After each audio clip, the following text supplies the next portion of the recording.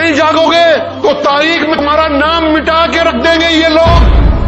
ہماری گردنیں اتار دی جائیں گی. ہماری بہو بیٹیوں کو یہ کتوں کی طرح نوچیں گے. اتنی یاد رکھ لینا میری بات. اگر ہم نہیں لڑیں گے تو پھر وہی ہمارا حال ہوگا جو فلسطین کے اندر آج 70 سال سے مسلمان دھکے کھا رہے ہیں. آج ہم جو لڑائی لڑ رہے ہیں اپنے وجود کی لڑ رہے ہیں. میری بات کو سان لو, کان سول کے تم سارے کے سارے.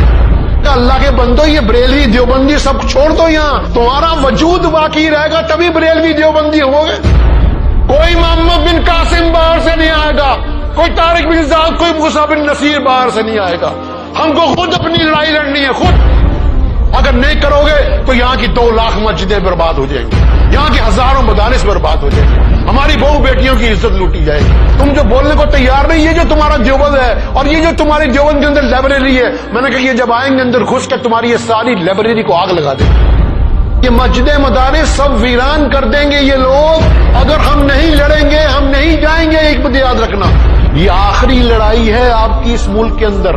آپ جو لوگ گھروں کے اندر بیٹھے ہوئے ہیں, اپنی دکانوں کو چھوڑ کے جانے کو تیار نہیں, ابھی تک ان کی بات سمجھ میں نہیں آ رہی, ابھی تک اپنے گھروں کے اندر بیٹھے ہوئے ہیں, دکان چھوڑنے کو تیار نہیں ہے, کام چھوڑنے کو تیار نہیں ہے, 2 گھنٹے دینے کو بھی تیار نہیں ہے, اس بات کو سوچ لیں یہ ہمارے اس ملک کے اندر آخری لڑائی ہے. اب بھی وقت ہے, اب بھی وقت ہے کہ جاگ جاؤ, اب بھی وقت ہے.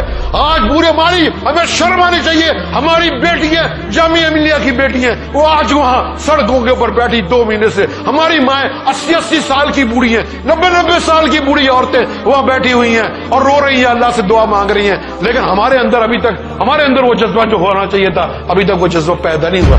ابھی تک جو ہے کچھ مسلمان جو ہیں اس سے غافل ہیں, ابھی تک اپنے گھروں کے اندر بیٹھے ہوئے ہیں. کہ عرصہ 20-25 سال سے جو کشمیر کے اندر تحریک چل رہی تھی, تو اس وقت میں بار بار آپ سے یہ کہتا تھا بھی کشمیر کے مسلمانوں کی امداد کرو. لیکن ہمارے ہندوستان کے مولوی, ہمارے ہندوستان کے لیڈر اور ہماری عوام جو تھی, وہ کبوتر کی طرح آنکھ بند کر کے بیٹھ کے کشمیر کا تماشا دیکھتے تھے, لیکن کوئی بھی ان کا ساتھ دینے کے لیے وہاں نہیں گیا.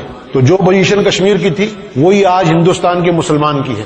ہندوستان کے مسلمان جو ہیں وہ اپنی لڑائی لڑ رہے ہیں ہندوستان کا جو آئین ہے اس کو بچانے کے لیے. یہ اللہ کا بہت بڑا انعام ہے اور اس کی مہربانی ہے اللہ تعالیٰ کی کہ ہندوستان کی ایک بڑی اقوام جو دلت سماج ہے, اور اس طرح بالمک سماج ہے, رویداسی سماج ہے, اور بودھی ہیں, اور سکھ جو ہیں بڑی تعداد کے اندر, یہ اللہ کا انعام ہے کہ وہ آج آپ کے ساتھ کھڑے ہو کر آپ کی جو لڑائی ہے, ہم گائے کی لڑائی بڑھ رہے ہیں, ہم اپنے وجود کی لڑائی لڑ رہے ہیں. اس بات کو دھیان رکھ لینا میری بات.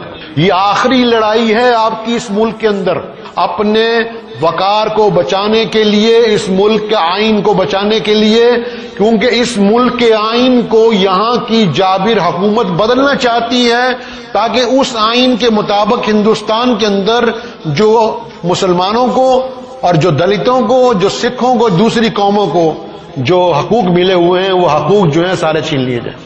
اصل میں جو ہے سب سے بڑی جو ہے جو پلاننگ ہے وہ اسرائیلی پلاننگ ہے. وہ ان کو بتاتے ہیں کہ بھی کس طریقے سے کام کرنا ہے. اب ان کا مقصد یہ ہے کہ بھی اس ملک کے اندر جب وہ گنتی کے لیے گھروں گھروں میں آئیں گے, آپ کے ہاں ہر ایک افسر آئے گا پوچھنے کے لیے کہ بھی آپ کا نام کیا ہے, آپ کے باپ کا نام کیا ہے, آپ کے بچے کتنے ہیں, اور آپ کا آدھار کارڈ کیا ہے, تو آپ کی آدھار کارڈ کی فوٹو اسٹیٹ وہ لے جائیں گے اور آپ کا نام لکھ کے لے جائیں گے.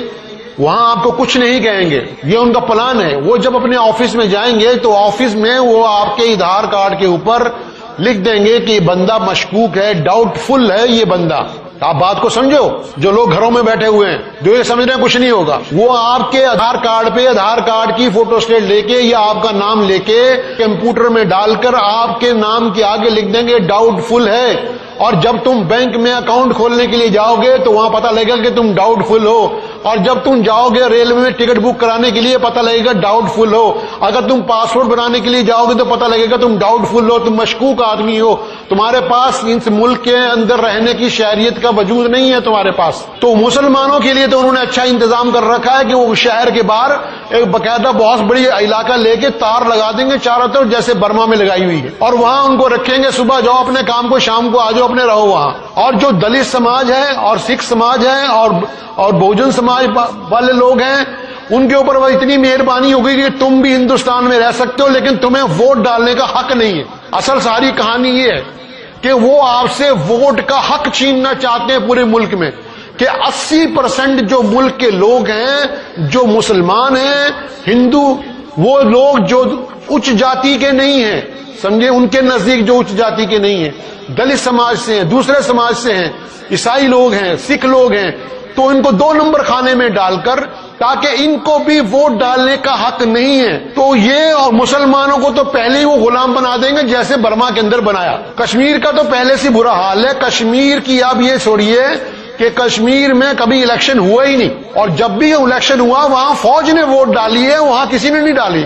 جس چیف منسٹر نے یعنی کہ سینٹر کے ساتھ اپنا سمجھوتا کر لیا اور ان کے پیر پکڑ لیے کہ ہم تمہارے ساتھ رہیں گے، جو کہیں گے یس سر کہیں گے، تو وہ مقصد یہ ہے کہ وہ وہاں کی حکومت کے اندر آ سکتا ہے، کیونکہ ووٹ جو ہے وہ کشمیریوں نے نہیں ڈالنی، ووٹ ڈالنی ہے فوج کے سپاہیوں نے، بیلٹ پیپروں پہ، مشینوں میں، جس طرح دوسرے ملکوں کے اندر جہاں امریکن قبضہ ہے، جہاں افغانستان ہے وہاں بھی ایسا ہی ہے، اور دوسرے ملکوں میں چھوٹے چھوٹے ملک ہیں وہاں بھی ایسا ہی ہے۔ مقصد ہے کہ ووٹ جو ہے فوج ڈالتی ہے، وہاں کی عوام نہیں ڈالتی۔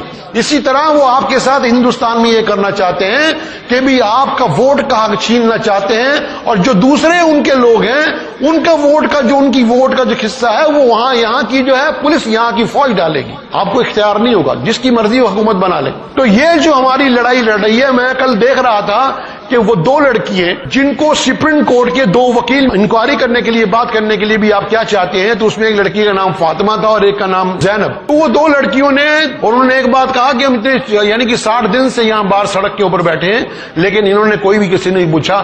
اگر انا ہزارے وہاں چلا جائے اور وہ وہاں جا کے بیٹھ جائے تو پوری سرکار اس کے آگے پیچھے گھومتی ہے، سمجھے نہیں، کہ جی پتہ نہیں کیا ہو جائے گا، اگر انہوں نے روٹی نہیں کھائی، ان کو یہ سمجھا